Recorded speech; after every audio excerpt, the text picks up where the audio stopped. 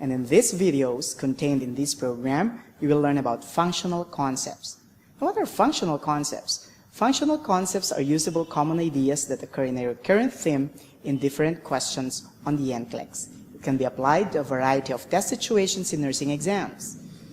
Let's have an example. For example, you're studying about sickle cell anemia. When you read about the topic in textbooks, it would actually take you around 5 or 10 pages to browse before you get a chance to really remember what are the most important things or concepts that you need to remember about the disease.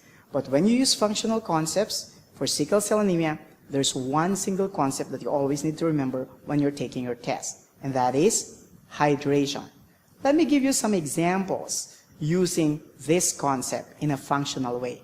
Remember, when you use functional concepts, you will only need to memorize one word and use that single word to answer 3 to 5 questions correctly and with confidence while taking your test. Let me prove that to you.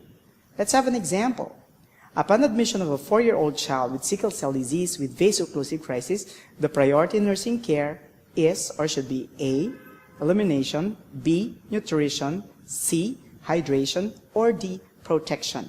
Remember, when a client has vaso-occlusive crisis, the main problem is that your blood vessels get clogged up with a thrombus formed by your sickled red blood cells that cling together and may potentially obstruct the passageway of blood. Then that makes a client more at risk for a cerebrovascular accident. So, to prevent that from happening, always remember the concept hydration. So the best answer for this question is letter C. Let's have another example. Which of the following statements by the mother whose child has sickle cell anemia would indicate a possible precipitating factor of a potential crisis? A, I see to it that my child is well cared for. B, I don't allow my child to go out of a room. C, I haven't given my child enough fluids in the last few weeks. Or D, I made him sleep earlier. Once again, remember the concept of hydration as your priority to prevent sickle cell crisis. So the answer is letter C.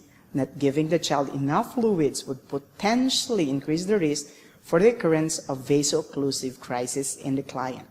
Now, how many answers did we answer so far correctly? You're right. 2 correct answers. Let's move on and add up some more.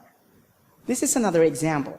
A 5-year-old is hospitalized with vaso-occlusive sickle cell crisis and with pain in both of his lower extremities.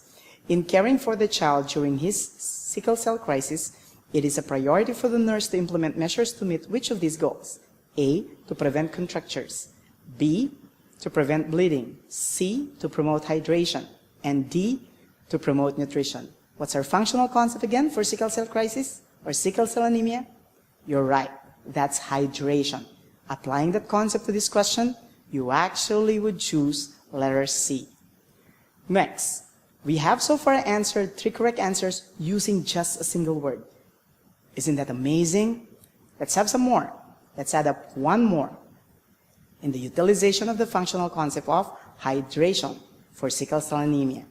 A 10-year-old is admitted to the hospital with sickle cell crisis, which patient goal is a priority for this child. The child with A, participate in daily aerobic exercise program. B, take an antibiotic until the temperature is 98.6 degrees Fahrenheit. C, increase fluid intake. Or D, utilize cold compress to control pain.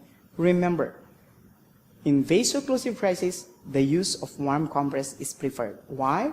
Because it could potentially dilate the blood vessels, preventing a potential blockage.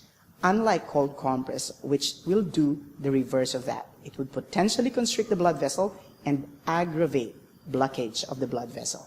So for this question, remember once again, the magic word, our functional concept for sickle cell anemia is hydration. So the answer is, you're right, letter C, increased fluid intake. All in all, you were able to answer 4 questions correctly and with confidence, just using a single word.